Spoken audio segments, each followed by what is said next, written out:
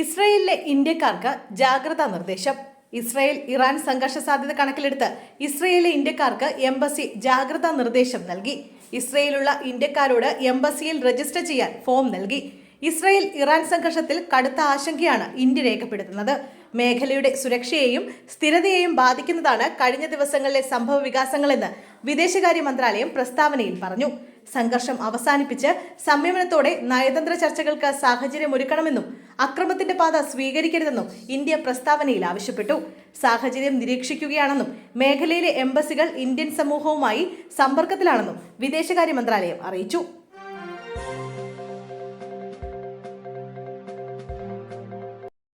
വയസ്സുകാരി തോട്ടിൽ വീണ് മരിച്ചു. വിഷുദിനത്തിലെ ദാരുണാപകടത്തിൽ 7 വയസ്സുകാരി മരിച്ചു. ആലപ്പുഴ നെടുമുടി കളരിപ്പറമ്പിൽ തീർത്തിയാണ് മരിച്ചത്. അമ്മയോടൊപ്പം ബന്ധുവീട്ടിൽ പോകുമ്പോൾ കാൽ വഴുതി തോട്ടിൽ വീഴുകയായിരുന്നു. കുട്ടിയെ രക്ഷിക്കാൻ അമ്മയും തോട്ടിലേക്ക് എടുത്തു ചാടിയെങ്കിലും മകളെ രക്ഷിക്കാനായില്ല. കുട്ടിയെ കരയ്ക്കെത്തിച്ച ശേഷം ആശുപത്രിയിലേക്ക് മാറ്റിയെങ്കിലും മരണം സംഭവിച്ചിരുന്നു. മൃതദേഹം പോസ്റ്റ്മോർട്ടത്തിന് ശേഷം ബന്ധുക്കൾക്ക് വിട്ടു നൽകും.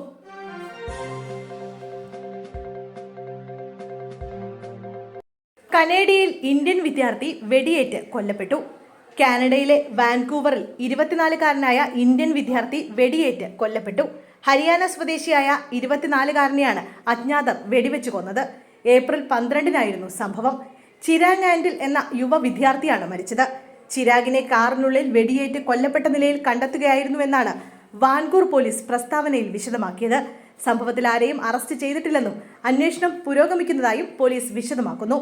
ഹരിയാനയിലെ സോണിപതിൽ നിന്ന് MBA പഠനത്തിനായാണ് ചിരാഗ് വാൻകൂവറിലെത്തിയത്. 2022-ലാണ് ചിരാഗ് കാനഡയിലെത്തിയത്. ചിരാഗിന്റെ മൃതദേഹം ഇന്ത്യയിലെത്തിക്കാൻ പ്രധാനമന്ത്രിയുടെയും വിദേശകാര്യമന്ത്രിയുടെയും സഹായം തേടിയിരിക്കുകയാണ് ബന്ധുക്കൾ. വെടിവയ്പ് നടന്നുവെന്ന് പറയുന്ന ദിവസവും ബന്ധുക്കളോട് ചിരാഗ് സംസാരിച്ചിരുന്നു. ചിരാഗിന്റെ സുഹൃത്തുക്കളുമായി നിരന്തരം ബന്ധപ്പെടുകയാണെന്നും വിവരങ്ങൾ ലഭിക്കാനുള്ള ശ്രമത്തിലുമാണ് കുടുംബമുള്ളത്.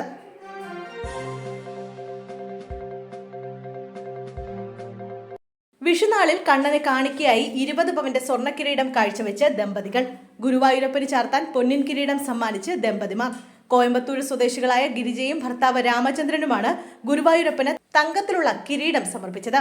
വിഷുദിനത്തിൽ ഗുരുവായൂരപ്പന് ചാർത്താനായി 20 പവനിലേറെ തൂക്കം വരുന്ന കിരീടമാണ് കാണിക്ക നൽകിയത്.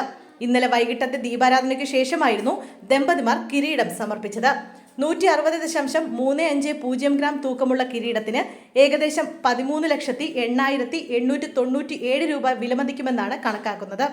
Guruvayur Devaswom chairman doctor VK Vijayan, ക്ഷേത്രതന്ത്രി PC ദിനേശൻ നമ്പൂതിരിപ്പാട്, കിരീടം രൂപകൽപ്പന ചെയ്ത രാജേഷ് ആചാരി എന്നിവർ ചടങ്ങിൽ സന്നിഹിതരായി.